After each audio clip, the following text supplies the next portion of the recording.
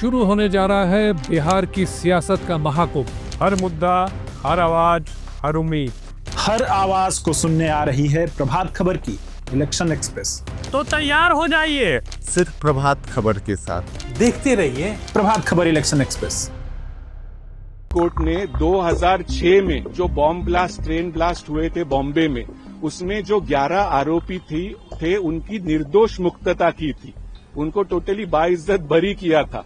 तो वो जजमेंट के खिलाफ इमीडिएटली महाराष्ट्र सरकार सुप्रीम कोर्ट आई। उन्होंने अर्जेंट लिस्टिंग की मांग की। परसों जस्टिस गवई ने इसकी अर्जेंट लिस्टिंग की मांग मान्य की और आज वो मैटर जस्टिस सुंदरेश इनके सामने था। इसमें राज्य सरकार, महाराष्ट्र सरकार को सफलता मिली है।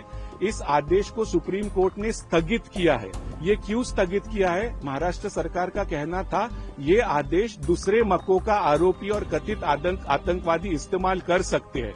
तो सुप्रीम कोर्ट ने कहा कि जो 11 लोग अब बाहर है जेल से, वो बाहर ही रहेंगे, उनको नोटिस इश्यू की जाएगी, उनका रिप्लाई, रिजॉइंडर वगैरह सब होगा और बाद में सुप्रीम कोर्ट इसमें एक तो बॉम्बे हाई कोर्ट का जो डिसीजन है वो अपहोल्ड कर सकती है या फिर उसको पलटा सकती है। लेकिन अभी की इम्पोर्टेंट खबर यही है कि महाराष्ट्र गवर्नमेंट को स्थगिति मिली है। लार्जर पिक्चर देखते हुए ये बहुत इम्पोर्टेंट है। हालांकि वो 11 लोग बाहर रहेंगे, वो मुद्दा इतना बड़ा नहीं है, लेकिन दूसरे आरोपी इसका इस्तेमाल ना करे इस जजमेंट का, इसलिए ये स्थगिति मिलना बहुत जरूरी था।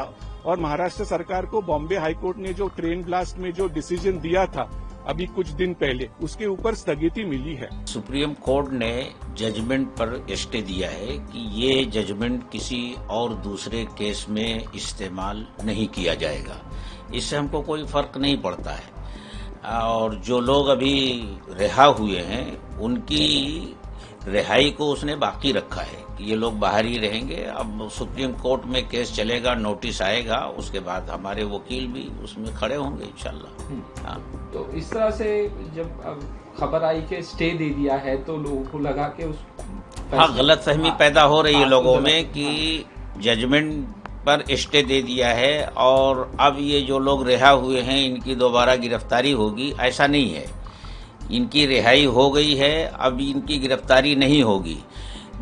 उसने स्टे इस पर दिया है कि ये जजमेंट किसी दूसरे केस में नज़ीर के तौर पर इस्तेमाल नहीं होगा।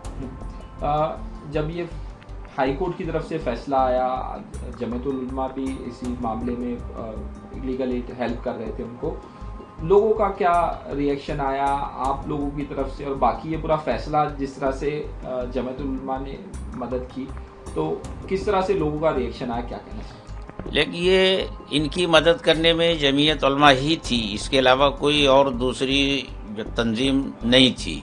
जमीयत उलमा ने उनकी मदद की और इनकी रिहाई के ऊपर हर तरफ खुशियां मनाई गईं और लोगों ने खुशी का इजहार किया कि देर से ही सही बेकसूरों को इंसाफ मिला। अलबत्ता एक बात ज़रूर ये खटकी लोगों को कि अगर ये सब बेकसूर हैं तो ये जो धमाके हुए उसमें जो लोग मारे गए और जो लोग ज़ख्मी हुए, तो उसके असल मुजरिम कौन से हैं?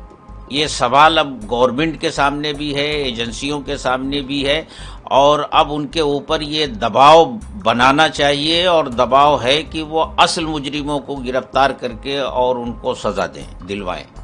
जब हाईकोर्ट का फैसला आया इस मामले में, सबको बरी कर दिया, जो परिवार जिनके लोग मारे गए या जो इंजर्ड हो गए, वो लोग सामने आए कि फिर असली आरोपी कौन है, इस तरह के उनके भी बयान आए क्या?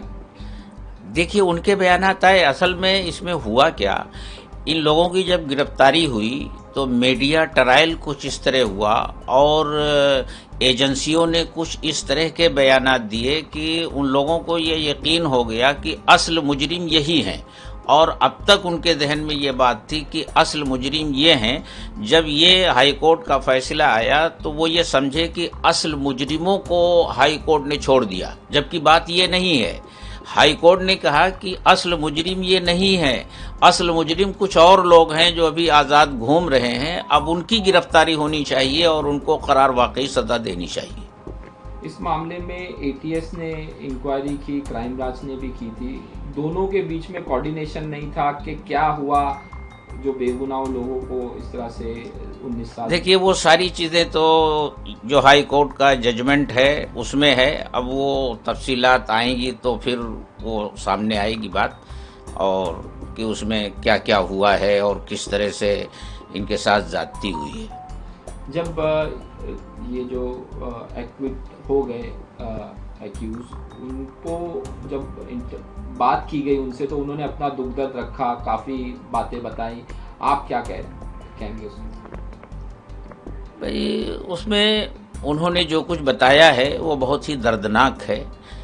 उनको तो जेल में जाने के बाद भी उनको पुलिस के ज़रिए पिटवाया गया, उनकी हड्डियां तोड़वाई गई, और जिस तरह से टार्चर किया गया है, जिस तरह से वो आज बात करते हैं, रोंगटे खड़े हो जाते हैं सुन करके। लेकिन बहरहाल वो तो बात अब गुजर गई। अब सामने जो है उसका जिक्र होना चाहिए कि ये छूट कर आए हैं, और इनके माथे के ऊपर जो कलंक लगा था, एक दाग लगा था दहशतगर्दी का, अल्हम्दुलिल्लाह वो छूट गया। समाज में इनकी और इनके घर वालों की जो बदनामी हुई थी अब वो ख़त्म हो गई है। अब ये बाइज्जत ज़िंदगी गुजार सकते हैं। और रही बात जो इनके 19 साल बर्बाद हुए, ये उसके कसूरवार कौन लोग हैं, हुकूमत को ये चाहिए कि उन कसूरवारों को भी सज़ा दे और उसका बदला उनको मिलना चाहिए, और इनको हर्जाना मिलना चाहिए 19 साल जो इनके बर्बाद हुए। सुप्रीम कोर्ट में भी जमीयत उलमा मदद कर रही है, लीगल एड किस तरह से आप लोग भी कर रहे हैं, देख रहे हैं ये जो फैसले। अब सुप्रीम कोर्ट में भी इनको अभी गई है सरकार, तो आप लोग ही ये केस तो हम शुरू से देख रहे हैं। हमने लोअर कोर्ट में देखा, फिर हाई कोर्ट में देखा, अब हम इंशाल्लाह सुप्रीम कोर्ट में भी इनका केस देखेंगे। प्रभातखबर.com, विश्वास वही, रफ्तार नहीं।